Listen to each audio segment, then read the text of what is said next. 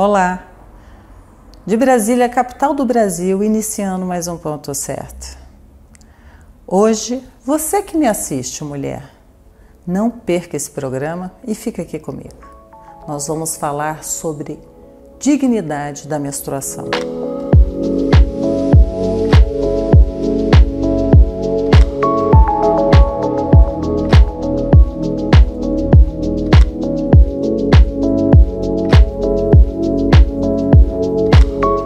Você não sabe do que se trata?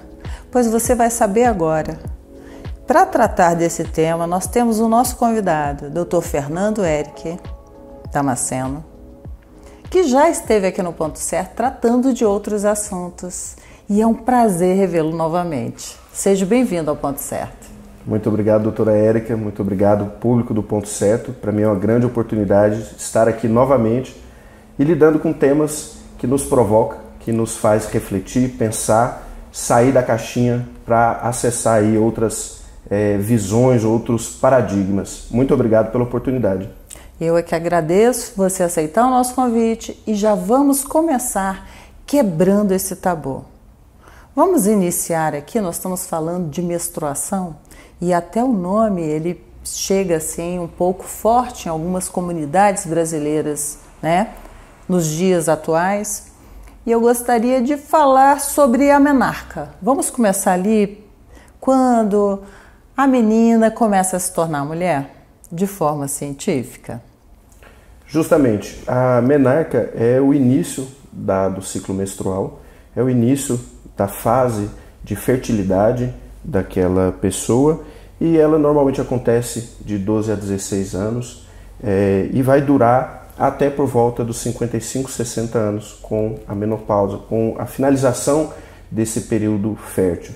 Então é uma fase fisiológica cíclica que muda a dinâmica tanto dos sentimentos, das sensações, e que também é carregada de tabu, é carregada de um contexto social de difícil acesso ainda para muitas famílias, né? Ainda para muitas situações existe um prejuízo em não conseguir naturalizar, trazer essa educação sexual com uma segurança maior, né? E você tem inúmeras histórias de que esse início de uma nova etapa da vida daquela pessoa que está menstruando ser uma fase conflituosa, ser uma fase difícil, ser uma fase que vai trazer prejuízo na escola, na educação física, no esporte, na prática do trabalho, inclusive. Então, eu acho que existe uma oportunidade nesse momento, inclusive que existe um recente despertar das políticas públicas que olham de maneira especial para essa situação e que faz com que seja uma pauta de extrema relevância, um assunto que trata sobre a vida, um assunto que trata sobre a dignidade, sobre direitos fundamentais que a gente tem que defender. E eu acho que um bom ponto de partida é a gente reconhecer o que acontece, né? Os números que nos mostram que a realidade ainda para muitas mulheres, para muitas pessoas que menstruam, não é nada fácil. É um início turbulento, é uma experiência que vai exigir apoio, que vai exigir uma dinâmica muito mais adequada que a gente precisa amadurecer enquanto sociedade, enquanto sistema de saúde, para conseguir chegar nesse nível de qualidade que a gente espera defender a dignidade humana, defender a educação como a ciência como norteadora para esses bons hábitos, né? Eu vou falar aqui um pouquinho a minha experiência como mulher, né? Que fiquei menstruada aos 13 anos de idade. E aos 13 anos de idade eu ainda brincava de Barbie. Uhum. E eu sou uma filha temporã, né? Quando eu nasci, só para ter uma ideia, embora eu tenha sido avó precocemente, eu fui avó com a idade que a minha mãe me teve, quase aos 40 anos. Eu fui avó aos 38, minha mãe me teve aos 38 anos. Uhum. Então, esse passar da geração, a forma que ela foi criada, eu nem sabia que existia menstruação. Eu não tinha nem ideia do que fosse aquilo. E aos 13 anos de idade, brincando um dia em casa com as minhas Barbies que eu adorava, eu senti, né, um molhado na calcinha, fui ao banheiro e quando eu vi sangue, aquilo me deixou apavorada, porque o primeiro pensamento que veio é de que eu estaria doente, de que estava acontecendo alguma coisa errada. E ao mesmo tempo um certo temor também de comunicar aquilo. Assim, como é que eu ia conversar? E eu me perguntar, o que você fez? Enfim, é o tabu que está em volta de toda essa questão, né, dos nossos aparelhos reprodutores e da nossa sensualidade também, né? E consegui falar, não com a minha mãe, porque eu confesso que eu fiquei com medo, né, dela achar que eu tivesse feito alguma coisa de errado. Falei com a minha irmã, que temos uma diferença de 14 anos, e ela explicou basicamente o seguinte: não fica preocupada, isso é normal, olha, você vai usar isso daqui, me deu um absolvente, falou todo mês agora vai acontecer isso, você tem que saber que isso é normal, não tem nada de anormal com você, você não está doente, você agora está se tornando mocinha. Foi isso o que eu ouvi, e esse mocinha, né, que surgiu ali, e eu pensei, ué, mas eu já não era mocinha? Porque aos 13 anos eu já tinha altura, já tinha um corpinho, né, de adolescente ali, com a efervescência dos hormônios. Foi assim que eu descobri. Então, imagino que várias mulheres que nos assistem neste momento também passaram por esse tipo de experiência. Embora hoje a tecnologia, a comunicação e a própria mulher, ao conversar, já tem, as futuras gerações já não enfrentam tanto esse entrave, né? Talvez em localidades mais remotas do Brasil. Bom, um documento recente que nós temos para enriquecer assim, essa discussão, que é o relatório da Organização das Nações Unidas, é um relatório da UNFPA, que é um Fundo de Populações das Nações Unidas com a Unicef, é um relatório de 2021, e ele traz dados muito dramáticos para chamar a atenção para um tema que ele é extremamente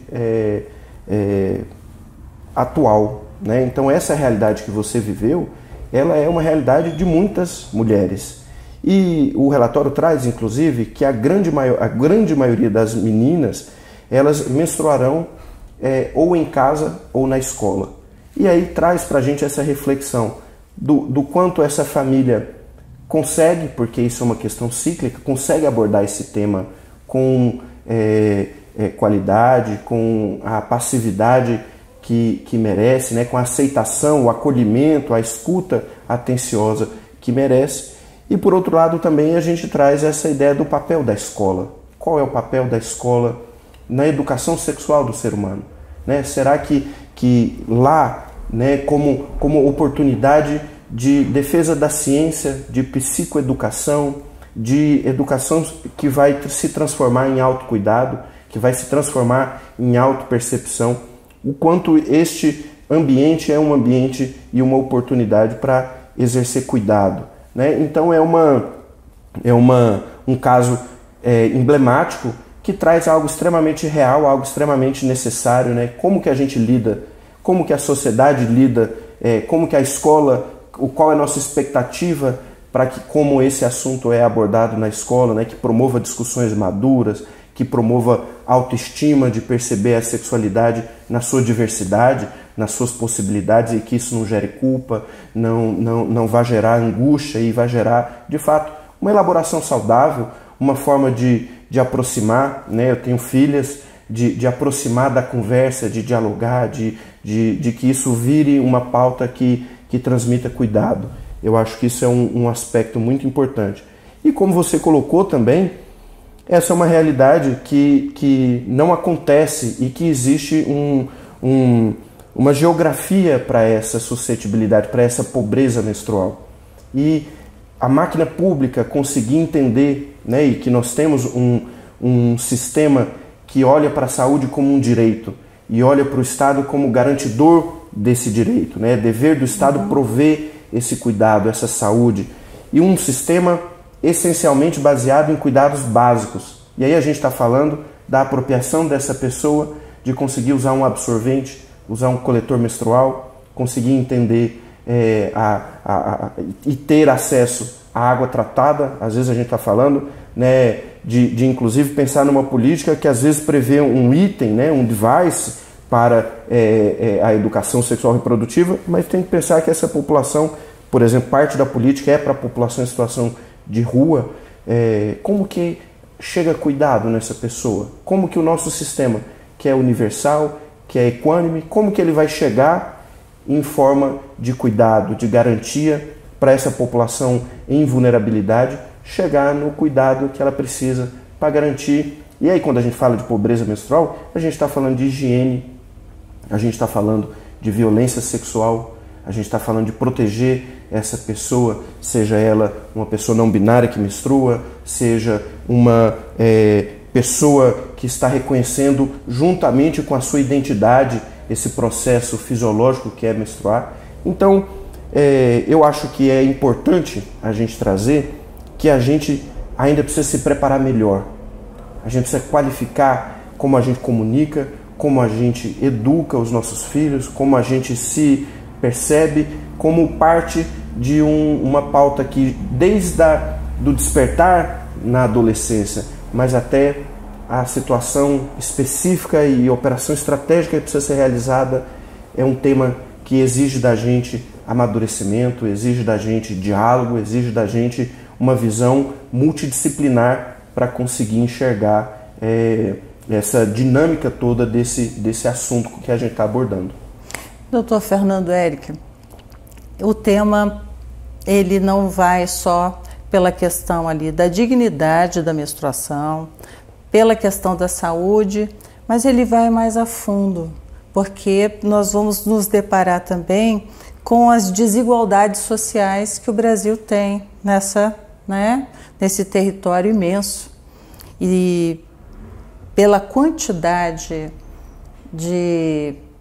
até mesmo, eu acho que pela nossa geografia, né? Existem lugares, nós temos populações ribeirinhas aqui no Brasil, né? No norte, nós temos no nordeste áreas onde a distância de uma cidade para outra é muito grande, né? Enfim, nós temos essa nossa característica geográfica e geológica também que funciona, além dessa desigualdade.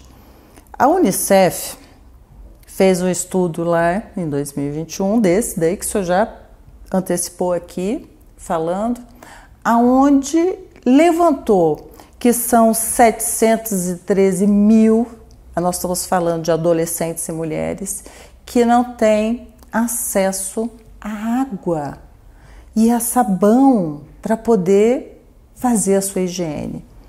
E 4 milhões de mulheres que não têm o acesso à dignidade, que são através desses itens, né, para poder fazer essa sua higiene.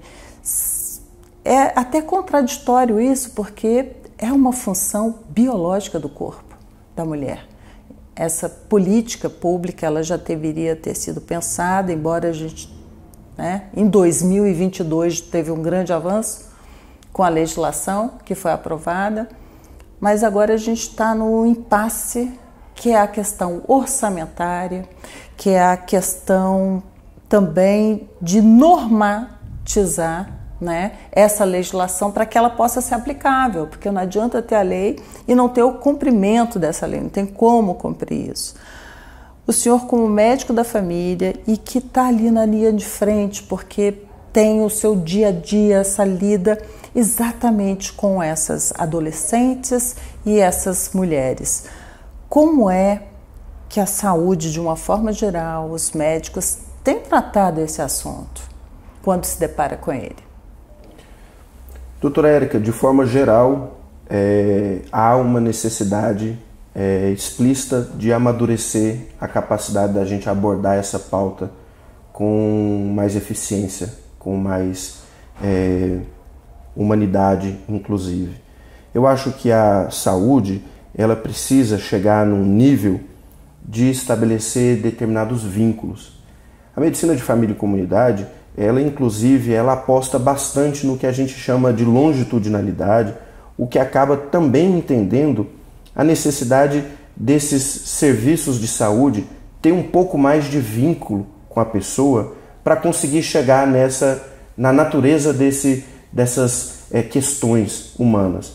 Esse serviço de saúde, essa entrega de saúde muito baseada na emergência, muito baseada na necessidade aguda, ela inclusive já não é suficiente para ofertar o bem-estar social, a saúde, para garantir o pleno funcionamento das pessoas. Nesse sentido, há de se pensar em formas mais complexas desses serviços estarem próximos da vida das pessoas. E existe aí, então, uma corrente muito forte e muito crescente dos cuidados primários, né? De um sistema baseado na garantia do cuidado primário, do que é mais básico, e básico não como simples, básico como leve, básico como essencial, básico como o requisito para garantir dignidade, por exemplo. Então isso é uma provocação que mexe inclusive com a forma como a gente pensa o sistema de saúde. A gente viu a experiência do Distrito Federal, foi um dos primeiros lugares a germinar, vamos dizer assim, a legislação garantindo direitos à saúde sexual reprodutiva, direitos a uma política de saúde integral da mulher. Então isso é um amadurecimento recente, só que é uma operação complexa, é uma questão que precisa constar nos investimentos federais e locais. Então é preciso que seja uma política de ampla defesa, né, e entender o impacto disso. Eu acho que a grande provocação não podemos hoje, com as ferramentas que temos, né, o primeiro objetivo de desenvolvimento sustentável é erradicar a pobreza, é o número 1. Né, é essencial que a gente assuma o desafio pós-pandemia, a necessidade de resiliência dos sistemas de saúde, o entendimento que o impacto da pandemia na vulnerabilidade ele foi intenso e que o sistema ele precisa enxergar. E quando eu digo sistema, uma das oportunidades que a gente tem aqui é de olhar as parcerias, as possíveis parcerias de instituições, de escolas, de saúde. Entrar o terceiro setor também. Terceiro setor, justamente. A sociedade ela tem que se engajar nisso. Tem que se engajar, tem que se movimentar. Há uma necessidade muito grande, sabe, doutor Eric, de cada pessoa fazer a sua meia-culpa, a sua consciência e pensar o seguinte: eu faço parte de uma sociedade. Se faço parte dessa sociedade, cada vez que surge uma situação dentro dessa sociedade que eu venha ter conhecimento de que aquilo está impossibilitando um outro ser humano, tá, a ter condições dignas, assim como eu as tenho, é o momento de se arregaçar as mangas, de se engajar.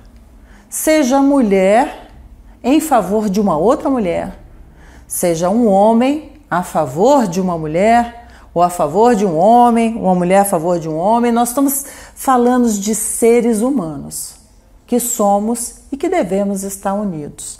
Doutor Eric, antes de começar o programa, nós estávamos falando aqui a respeito de 4 grupos que existem hoje dentro, né, da política que o Distrito Federal adota para se trabalhar dentro dessa dignidade menstrual. Eu gostaria que o senhor falasse aqui, para quem nos assiste, exatamente do que se trata isso. Bom, a lei, ela traz, dentro desses 4 grupos prioritários, a concepção, como colocamos, da oferta desses serviços na escola, né, no ensino médio e fundamental de baixa renda. A gente consegue ver o segundo grupo, as mulheres em situação de vulnerabilidade, as populações em situação de rua. O terceiro grupo são as pessoas privadas de liberdade. O sistema penitenciário ele precisa se articular de forma a garantir também esse recurso. E a população em medida socioeducativa.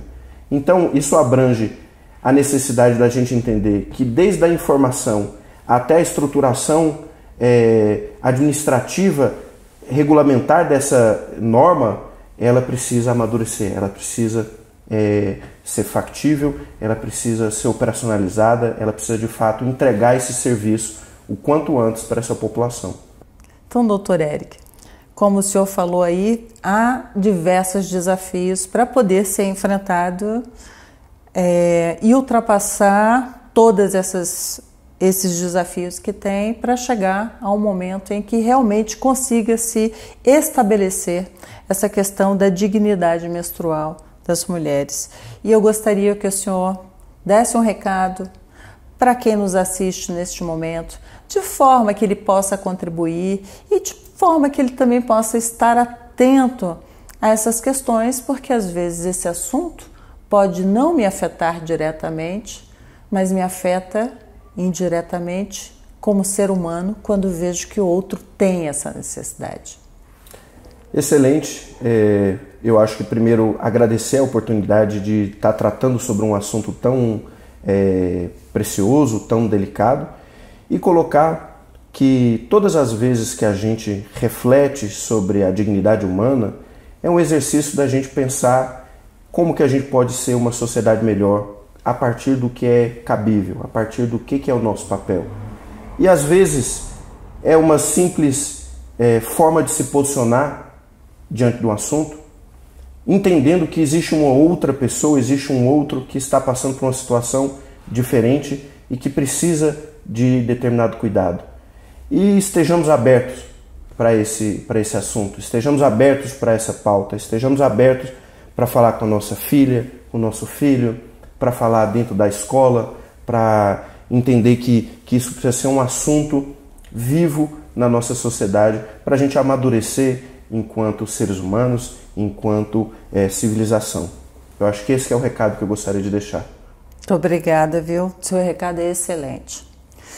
E você aí que nos assiste, busca também, sai da caixinha.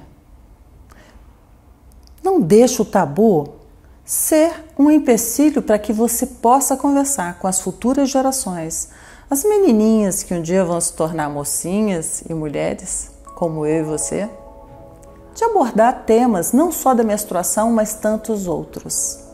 Faça a sua parte, que daqui nós estamos fazendo a nossa. Até a próxima semana. Até. Muito obrigado.